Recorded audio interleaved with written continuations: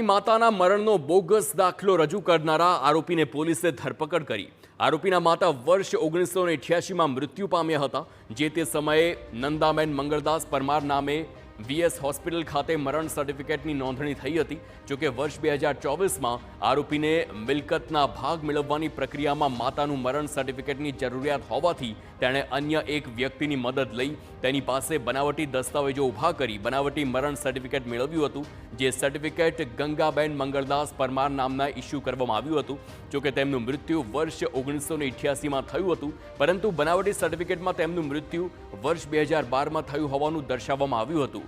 કોર્પોરેશનની વિજિલન્સ ટીમના ઓડિટ દરમિયાન એક નામ દેખાતા આરોપીના ષડયંત્રનો પર્દાફાશ થયો। ગાંધીનગરમાં રાયસણ આસપાસ પ્રોપર્ટી છે। એ પ્રોપર્ટીનો જ્યારે નિકાલ થયો એટલે કે એમના નાના મરી ગયા ત્યારે સ્વાભાવિક છે કે એની મમ્મી આ આરોપીના અને એના ભાઈઓની જે પ્રોપર્ટીનો વિવાદ ચાલ્યો એની અંદર પોતાની મમ્મી મરી ગઈ છે, એને પોતે હવે હકદાર છે એવા પ્રકારની રજૂઆત કરવા માટે આ જે છે એક અન્ય ઈસમ જેની હજુ તપાસ ચાલુ છે તેનો સંપર્ક કર્યો અને એની માતાનું મરણ પ્રમાણપત્ર ખોટું મેળવ્યું, જેમાં નામદાર કોર્ટનો પણ હુકમ ખોટો મેળવ્યો।